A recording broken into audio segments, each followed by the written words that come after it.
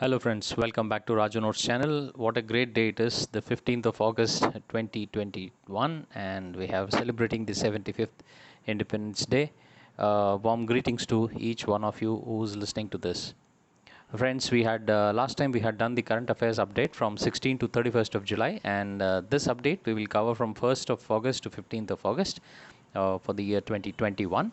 And I have about 45 odd updates to be given to you in this for this 15 days. Let's quickly jump into the date. India had assumed the presidency of the United Nations Security Council for the month of August, and in this, as part of this, India will organize key events in three major areas, that is the maritime security, peacekeeping, and counter-terrorism.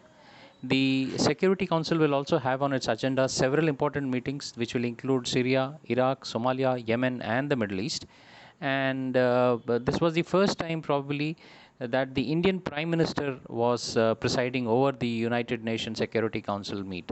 So it's a though it was a virtual meet, but it is first of its kind, and it was a great event for India as we are concerned. As far as the fresh updates coming in, we know that now Chinese army is shifting HJ-12 anti-tank missiles, and they are inducting it into Tibet region. And we also have some reports coming in that China is now planning to induct Tibetans as their soldiers, because after Galwan they have learned their lesson. Then they want people or the soldiers of China to who can endure that kind of a climate. Probably we will hear more about this in the coming days.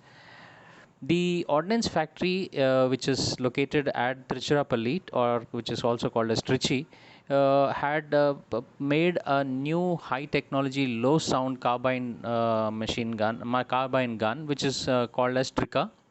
Trika stands for Trichy, and Ka stands for carbine. And this was released, and it is a very compact and a light weapon, and has a 7.62 mm caliber, and it is designed for the infantry combat vehicles, helicopter crew, and other security. Let's see how much is the efficacy. The government of India has launched something called as a e-Rupai, and this is a digital payment solution, and this was launched on 2nd of August. Now, what is e-Rupai? E-Rupai, understand that it is we already have something called as a UPI. We already have money transferring, other things. Now, the problem is, just let us take for example that suppose the government of India wants to transfer, say, 100 rupees or say 1000 rupees to a farmer, and that government of India wants him to go and buy the fertilizers. But the moment government is transferring this money, either in the form of a direct cash benefit scheme or giving it through some people, the money is either being cut in by the middleman, or the money is being utilized by the farmer for some other needs. Thereby the system is getting defeated. So this e-Rupai scheme is basically either an SMS if you do not have a smartphone, or it is a QR code if you have a smartphone. So a farmer goes to a shop, and fertilizer shop, and when he shows this code, when the shop scans this QR code, he is given fertilizer only. And if he suppose the farmer goes to say seed shop, and with the same QR code or an SMS, the seed shop will decline this, saying that this voucher is not valid for seeds. So this is a great thing. At least now we know that we are for sure that farmer can be given what he wants, and no other person can be, it is non transferable, so no third person can take this. It is specifically bounded to one mobile. So that binding helps the farmer to take something. So remember this e-Rupee voucher, e-RUPE voucher, and these categories can be many, like the SMSs or the QR codes can be redeemed for many such things. Important notice coming from Government of India that no government service passport clearances will be given to the stone pelters who have been either officially tagged, or in case their videos figure out in the stone pelting incidents, they will be denied that thing. So this is a kind of a deterrence, and in future also the same might help for the other states as well. This month was two major things happening. One is the Taliban, and the second is the Olympics. So coming on to Taliban, I had already in my previous videos have told you that there will be a refugee crisis happening once the Taliban starts moving in Afghanistan, and same is happening. And we hear Pakistan's National Security Advisor Mohammad Mohid Yusuf saying that the country doesn't have any more capacity to take the Afghan refugees. Well, it will not stop just because he said so. The refugees will start trickling in into the nearby bordering countries of Afghanistan, and the situation will go as far as the humanitarian crisis is concerned. Ismail Hayani has been re-elected as the chief of Palestine group Hamas, very known group, and he has been the chief of Palestinian group Hamas from 2017. Though Hamas is deemed to be a terrorist organization by the United States, Israel, and the European Union, it rules the Gaza Strip, and we know that it had a recent conflict of 11 days with Israeli forces. Well, India has started its commercial services on the India-Bangladesh rail link, which has resumed after 50 years of independence. And Prime Minister Narendra Modi and his counterpart Sheikh Hasina had inaugurated and they restored Haldibari and Chilahati railway link in December, which we had discussed earlier. The first train of the goods train with about 58 wagons started from the Dimdima station in Alipurdwar district and of West Bengal, and it left for Bangladesh. There is a constant massacres and violence going on in Afghanistan. As of now, the Afghanistan forces have killed about 1,300 Taliban terrorists and injured about 800 in last 9 days. And this figure kept on moving in. But the Afghanistan is really getting into trouble state as of now. Taliban is making inways because actually literally it doesn't have any kind of an opposition or anything opposing it. The India and Chinese armies have established the sixth hotline link between them and Sikkim. The hotline was established between the Sikkim's Kongrala and China's PLA's Kambha Dong in Tibetan Autonomous Region. And this is said that the spirit of trust and cordial relations along the borders can be maintained. So this becomes the sixth hotline between the two armies. Well, how much trust is there? That trust deficit is certainly there. We need to look into that aspect. We all are aware that after the corona, now there is some delta and delta plus variant of COVID-19 which is creating havoc. And the ICMR has said that Indian made vaccine Covaxin is effective against even this delta AY1 and the delta plus, that is B1617.3 variant also. And however, going down to the world pressure, the WHO has still not recognized the Covaxin to be a vaccine, but nevertheless Indian government has gone ahead and it is already pressing in with the Covaxin. A great news, we had discussed this in quite a detail in one of my videos. The Essential Defense Service Bill, which was pending in the Lok Sabha, was passed amidst great opposition. Now, by passing this law, the workers of the ordnance factories will no more be able to go on strike because this prevents the staff this prevents the workers from going on strike because it is a essential duty. And till date, the labor unions were taking the government of India on for a ride because they would just stop. And this crisis we faced during the Balakot issue, when there were some ordnance factories going on strike which was motivated by some anti-national elements. So now that is gone. Lakshadweep was in controversy for quite a long time, but now the government of India is planning to prepare floats worth about 800 crores to build Maldives-style water villas, and this will be the first of its kind of a project in India, and which will be totally eco-friendly materials and solar-powered. So it will improve the tourism in this sector. Well, it has been almost 2 years of the operation of Article 370, and within this 2 years, the J&K government has issued about 41.05 lakh of domicile certificates.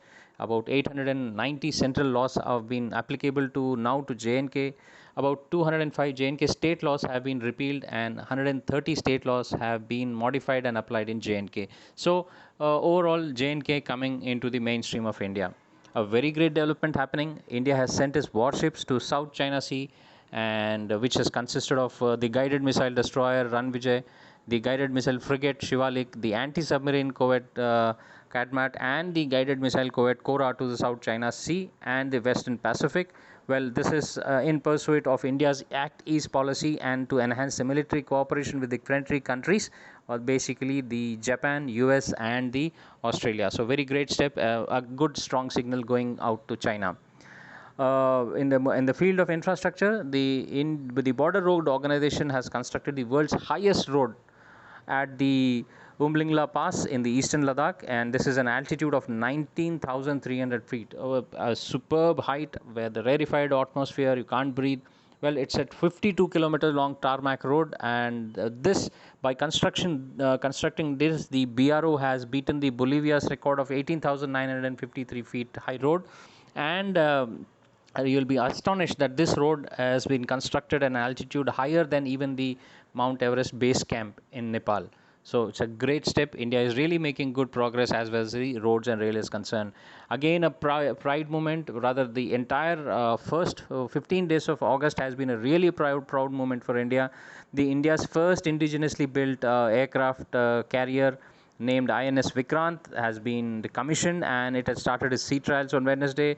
We saw videos, what a pride it was. It has got about 2,300 compartments it is, and it can take a strong crew of about 1,700 with it, and it was built with 23,000 crores, and it is probably the complex warship ever built and designed in India. As a proud moment, it has just finished its sea trial and it has come back, and now the other things on the Vikrant is going on. So we should all be great and happy for this thing. Well, a lot of histories have been created in the Olympics this time, and the Indian hockey team has also won the bronze. We'll just see how the Olympics turned out for us. The Delta variant, as we had just discussed, it is creating havoc now in the China, and China is unable to control this growth, and it has put a lot of restrictions on the public transport and the taxi office services, and China is really hit by this COVID virus, which has been creating havoc for them. And let's see, India is slowly reeling back from this. A very prominent step taken by the Indian government, the Taxation Law Amendment Bill 2021 in the Lok Sabha was passed, and the amendment came to the 1961 Income Tax Act. This was to scrape the retrospective tax laws. It proposed that the tax demands to be made on the Indian asset transfer prior to May 28, 2012 to be withdrawn. Well, this move is expected to resolve the Kane Energy and the Vodafone's long-standing dispute and with the central government. I think this will be a good step for the large-scale industries. Well, there was elections for the executive director of body against the piracy of ships, and it is a very happy news that India has defeated China in this elections, and the director of the Regional Cooperation of Agreement on Combating Piracy and the Armed Robbery Against Ships in Asia, that is the RECAP, had told that India had received 14 votes out of 21 member countries and defeated China, which only received 4 votes. So India is making its presence felt in the region, I must say. Well, we just saw this taxation law. A new system or the new proposal coming in, wherein no unmanned aerial aircraft systems shall be allowed to fly within 25 kilometers from the international border, that is the line of control LOC and the line of actual control LAC, including the line or the actual ground position line, that is the AGPL. The civil, as per a statement of Civil Aviation Ministry. Well, this is very clear. With this thing coming now, the armed forces who are basically deployed, they were almost in confusion as to which is our own and which is theirs or which is the enemy's one. So they were not able to take proper action against these drones.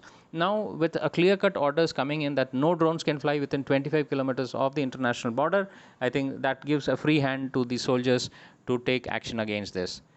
Well, India and China has disengaged from the Gogra Heights in the eastern Ladakh after 12th round of talks. It was a corps commander level talks happening, and we all know that the two sides had deployed troops against each other in this region since May 2020. So almost a month plus, and hopefully this situation will now continue, and we don't have to see any more hostilities. Well, the Israeli's defense minister had given out a statement saying that Iran is a global and a regional problem, and he says that he will not hesitate to strike Iran in case it continues to, do something stupid against Israeli. Well, this is again a flashpoint. It is likely to flare up anytime soon. And as this happened, Israeli on the very next day started bombing the Hamas sites in the Gaza Strip in response to the continual launch of the arson balloons from Gaza. The Hamas had launched these arson balloons which used to go up, and then they put fire onto the Israeli side.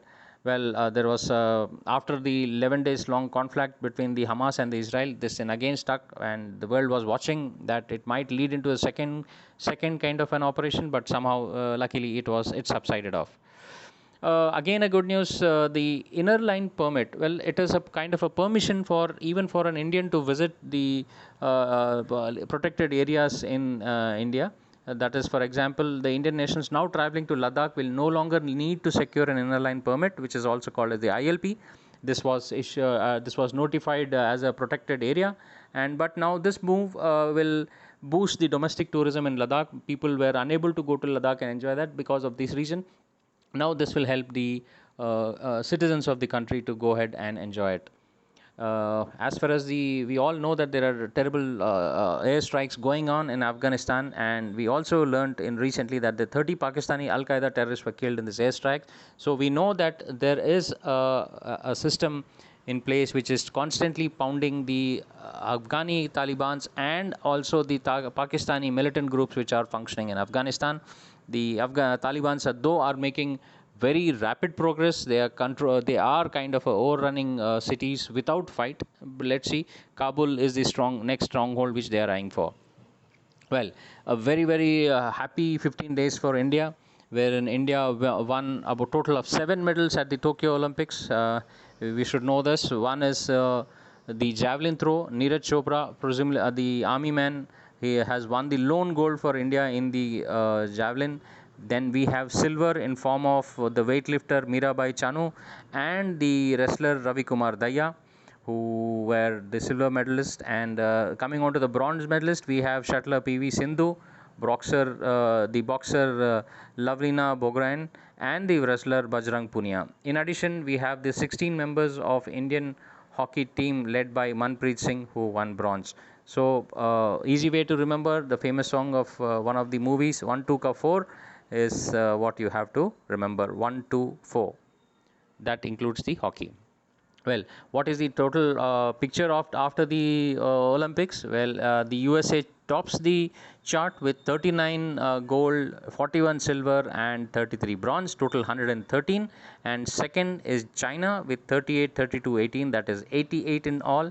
And third is Japan with 27, 14, and 17, 58. It was a quite a large margin that is there between the first three. However, it is also India's first time that it has made some kind of a presence felt in the Olympic arena. We were discussing the women combat role in active duties. Well, ITBP has inducted its first 2 women officers in the combat role, and after the training in the Missouri, a rank of assistant commandant was conferred upon the women officer Prakriti and the Diksha, and after the passing out parade, and they will be the first 2 officers of ITBP who will be inducted into the combat role. Well, this 15 days also has seen the parliament session happening, but all the sessions were amidst a lot of chaos, wherein we saw the opposition moving into the well, tearing off the papers, and there were 22 kind of, I think there were total of 12 or 22 bills which were passed during this time. That's a different subject in its together. You should know what all bills were passed in the Lok Sabha. Well, one of these bills was the to give more power to the states and union territories to make their own OBC list and give reservations as per their own choices. Well, as more development news coming from the Jammu and Kashmir, 9 properties which belong to the Hindu Kashmiris migrants who were forced to leave the Kashmir decades ago in wake of the terrorist attacks have been restored into their original owners. And well, this was told by the Ministry of State Nityanand Rai, and he added that after abrogation of the Article 370, about 520 migrant Hindus have returned back to Kashmir and took up jobs under the Pradhan Mantri schemes. Well, the second phase of free LPG scheme, that is Pradhan Mantri Ujjwala Yojana PMUY 2.0, has been handed over. It has started. The scheme is likely to facilitate and benefit about 1 crore more families than what it is already there. So I think under this Pradhan Mantri Ujjwala Yojana 1, 8 crore families were given LPG connections. Now I think 1 more crore will get added to this. Well, I think August 7th is now will be marked as Javelin Throw Day. That is to honor the Olympic medalist Neeraj Chopra for the achievement of the gold in Olympics. Well, Afghanistan government, amidst the crisis, had offered the Taliban of power sharing, and but I don't think it will happen. So the crisis is widening, and the Taliban is moving ahead. Amidst this thing, we are getting reports that Pakistani Navy is now only left with 2 submarines on active duty, and even this out of the 5, they had 5 submarines. 3 out of these 5 are the Agosta class submarines that Pakistan had earlier been upgraded, or probably they had some kind of a defects, and they were declared as unsuitable for, I think, sea trial or unfit for sea. So these are the only 2 which are there, and we also know that these submarines will be receiving more submarines from the China to put pressure onto India. But let's see how does it deal. After quite a lot of U-turns and flip-flops, finally the Pakistani Prime Minister says that they will negotiate with Afghan government. They will not negotiate with Afghan government until the Ashraf Ghani remains president. So basically, Pakistani Prime Minister has, like a spokesperson of Taliban, told that he is with Taliban and he is against the Afghanistan democratically elected government.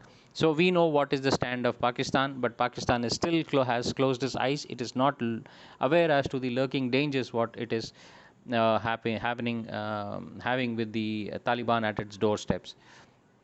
Well, while all this thing happening, their US has told Pakistan that it should eliminate the safe havens of Taliban along the Afghanistan-Pakistan border, which will not happen. But yes, that is why the US Air Force is conducting air strikes, drone strikes constantly.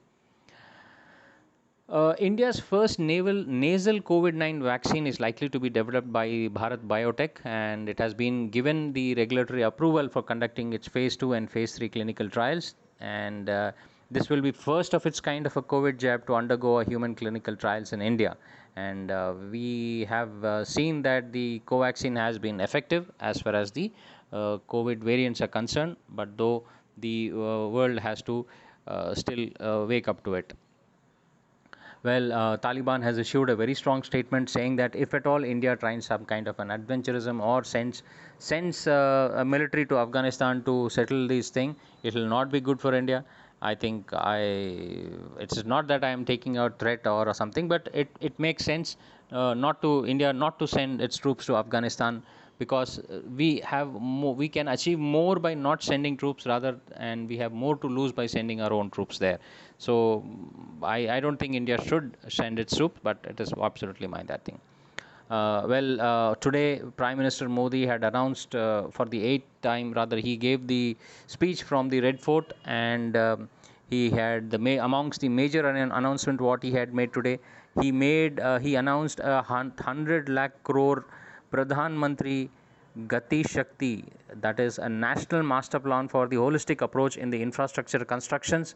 And he also said that 75 trains will connect every corner of India in 75 weeks, that to commemorate the 75th Independence Day. A national hydrogen mission for green hydrogen production, and the e-commerce platform for self-help groups, and Sainik schools now to be open for girls also, right? This were some of the major announcements what the Prime Minister had made from the ramparts of the Red Fort. He said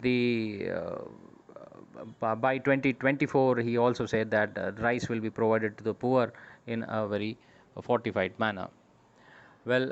Also today, U.S. President Biden, now facing criticism for its overnight pullout of the troops from Afghanistan, said that he has inherited this problem from his former President Donald Trump, saying that by the time he had come, Taliban was already in a strong position, and he had no much say into what is happening right now. That's all. That's all, friends, for this updates which are there from 1st August to 15th of August. It's a great 15 days of the year, I must say, a real happy time. And let me once again wish you all a very happy Independence Day. May the spirit of the country live long forever. Please stay home, stay safe, and if you're new to my channel, please subscribe it, and if you're old to my channel, please tell others and help me get more subscribers. Thank you so much. Take care, and Jai Hind.